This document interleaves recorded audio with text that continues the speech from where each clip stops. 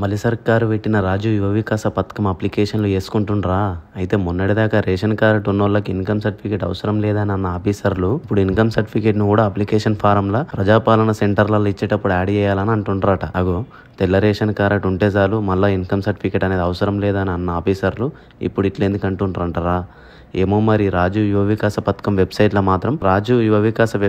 మాత్రం అప్లికేషన్ చేసుకునేటప్పుడు ration card ఉంటే సరిపోతుందని, ఇన్కమ్ సర్టిఫికేట్ మ్యాండేటరీగా లేదని ఆప్షన్ కనిపిస్తుంది. మరి అప్లికేషన్ పేపర్లు ఏనికి పోతున్న అభ్యర్థుల నుంచి మాత్రం ప్రజాపాలనలో ఉన్న ఆఫీసర్లు అయితే అప్లికేషన్లు తీసుకుంటలేరట. మళ్ళీ ఇన్కమ్ సర్టిఫికేట్ కావాలని రిటర్న్ పంపిస్తుర్రట. ఇట్లా ఇన్కమ్ సర్టిఫికేట్ల కోసం అభ్యర్థులను మండల ఆఫీసుల చుట్టూ మీసేవల చుట్టూ తిరగాల్సి వస్తుందట.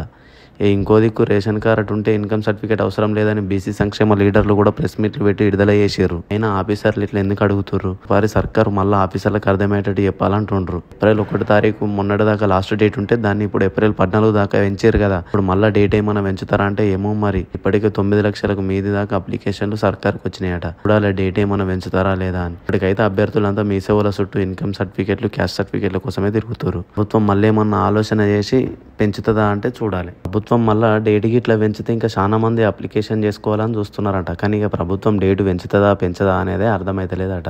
ఇంకో దిక్కు కొందరైతే రాజు యువ వికాస పథకం అప్లికేషన్ చేసుకుంటే ఖచ్చితంగా లోన్ రావాలంటే బ్యాంకు నుంచి కూడా పేపర్ తీసుకురావాలని కూడా కొందరు యూట్యూబ్, సోషల్ మీడియాలలో వైరల్ చేస్తారట. అసలు ప్రభుత్వం పెంచిన విధి విధానాలను పక్కకు పెట్టి బయట జరుగుతున్న ప్రచారంతో అభ్యర్థులంతా ఆగమాగం అవుతుర్రట. ప్రభుత్వ ఆఫీసర్లు కూడా కరెక్ట్ సమాధానం చెప్పకపోయేసరికి ఇప్పుడు అభ్యర్థులంతా ఆగమాగం అవుతుర్రట. మరి బ్యాంకులో ఏం సర్టిఫికేట్ తీసుకోవాలి, అసలు బ్యాంకు నుండి మనకి ఏం సర్టిఫికేట్ ఇస్తారు అనేది ఇంకా అర్థం కాకుంటున్నదని అనుకుంటుంటారట. అసలు బ్యాంకు సర్టిఫికేట్ ఎక్కడ సబ్మిట్ చేయాలి, ప్రజాపాలన అధికారులు ఎవరు అడుగుతున్నారు బ్యాంకు సర్టిఫికేట్ అంటే ఏమో మరి. బ్యాంకు సర్టిఫికేట్ దేనికి సంబంధించి మాత్రం ఇప్పటి వరకు ప్రభుత్వం అయితే ఎలాంటి అధికారిక ప్రకటన చేయలేదు. కాబట్టి మీరు అప్లికేషన్ చేసుకునేటప్పుడు చెప్పిన పత్రాలు తీసుకుపోయి వాళ్ళకి అప్పచెప్తే చాలంటుండ్రు.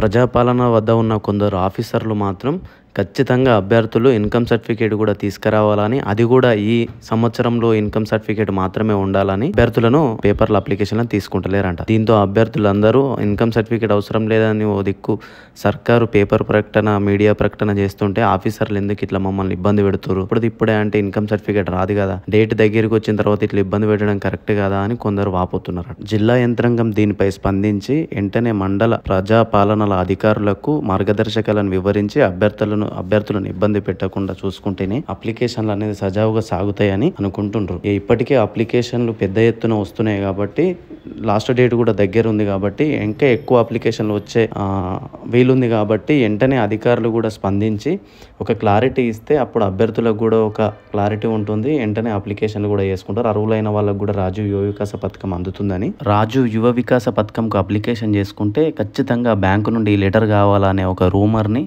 ఆఫీసర్లు వెంటనే దానిపై స్పందించి ఎలాంటి బ్యాంకు నుంచి పేపర్ అవసరం లేదనేది క్లారిటీ ఇస్తే అప్పుడు ఇంకా అభ్యర్థులు వెంటనే అప్లికేషన్లు చేసుకోవడానికి అవకాశం ఉంటుంది.